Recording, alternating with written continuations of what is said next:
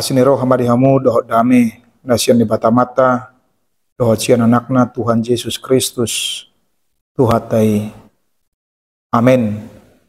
Selamat pagi, selamat bertemu kembali melalui sapaan firman Tuhan pada hari Kamis tanggal 3 April 2025 yang tertulis dari Lukas pasal 14 ayat 13 sampai dengan 14.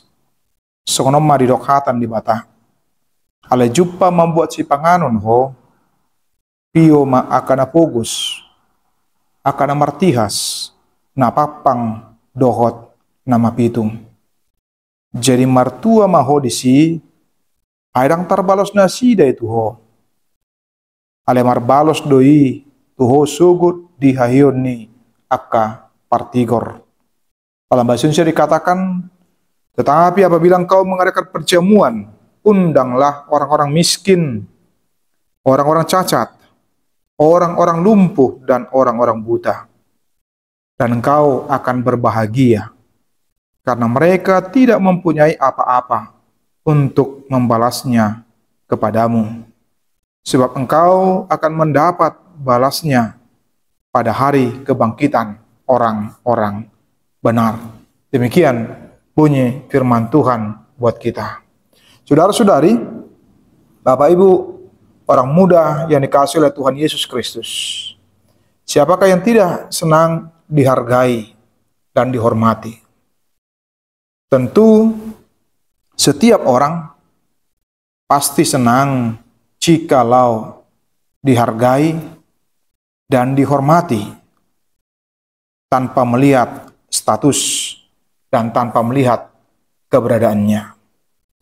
Apalagi jikalau mereka yang biasa termarginalkan, tersingkirkan oleh karena statusnya, karena kondisi sosial ekonominya, karena keberadaannya. Apa yang disampaikan oleh Yesus dalam nats ini menunjukkan penghargaan terhadap orang-orang yang miskin, orang-orang yang cacat, orang-orang yang lumpuh, dan orang-orang yang buta. Dalam sebuah undangan jamuan makan.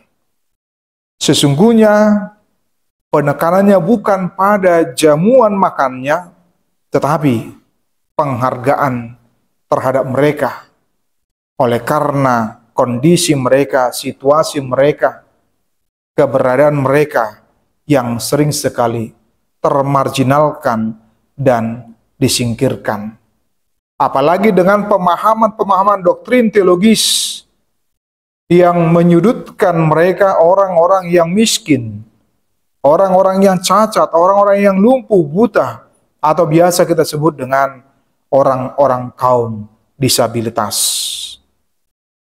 Mengundang mereka pada jamuan berarti menunjukkan penghargaan atas mereka.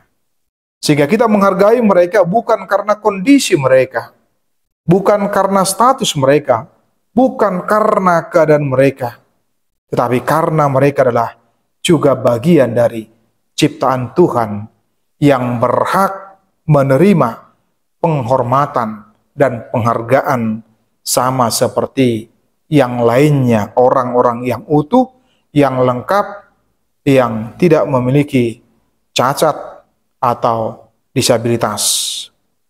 Yang kedua yang bisa kita lihat dalam nats ini adalah kebaikan yang sejati berarti tak pernah berpikir untuk membalas kebaikan yang sudah kita lakukan terhadap sesama kita. Itu yang disebutkan oleh Yesus dalam ayat 14, dan kau akan berbahagia karena mereka tidak mempunyai apa-apa untuk membalasnya kepadamu.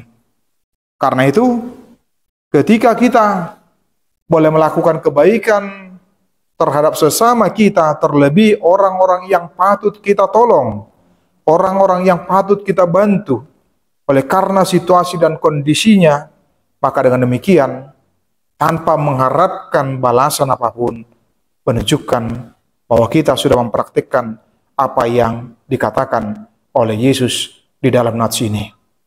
Betapa bahagianya kita kalau kita tidak pernah memikirkan atas kebaikan yang sudah kita lakukan, kita kerjakan terhadap orang-orang yang mengalami kekurangan, orang-orang yang mengalami keterbatasan di tengah-tengah kehidupan mereka. Itu juga bagian dari sindiran yang disampaikan oleh Yesus atas kebiasaan mayoritas manusia terhadap sesamanya.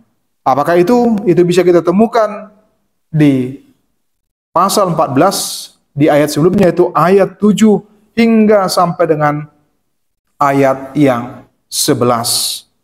Yaitu kebiasaan untuk mencari tempat yang terhormat, tempat yang paling utama.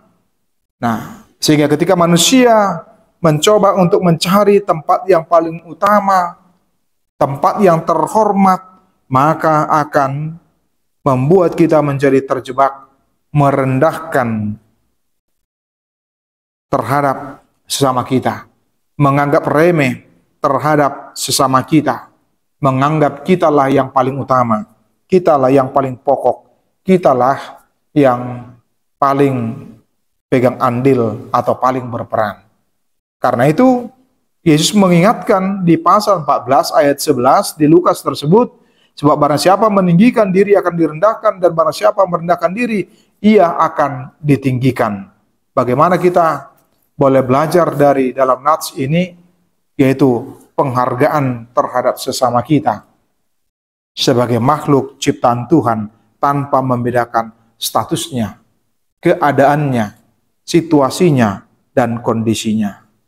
Mari lakukan yang terbaik yang bisa dilakukan dan kerjakan, terlebih terhadap sesama kita yang kurang dalam kehidupan mereka, agar mereka juga boleh bersuka-cita dan kita juga boleh berbahagia karena kita melakukannya dengan penuh ketulusan tanpa umpan balik kepada kita, memikirkan balasannya bagi kita. Sebab disebutkan tadi bahwa sebab engkau akan mendapat balasannya pada hari kebangkitan orang-orang benar. Dan Tuhan yang membalaskan semuanya, dan Tuhan tahu yang terindah dan terbaik buat kita, anak-anaknya. Tuhan Yesus memberkati kita semua. Amin. Kasih karunia dari Tuhan Yesus Kristus, serta kasih setia Allah Bapa, dan persekutuan Roh Kudus memberkati dan menyertai kamu sekalian hari ini, esok, dan sampai selama-lamanya. Amin.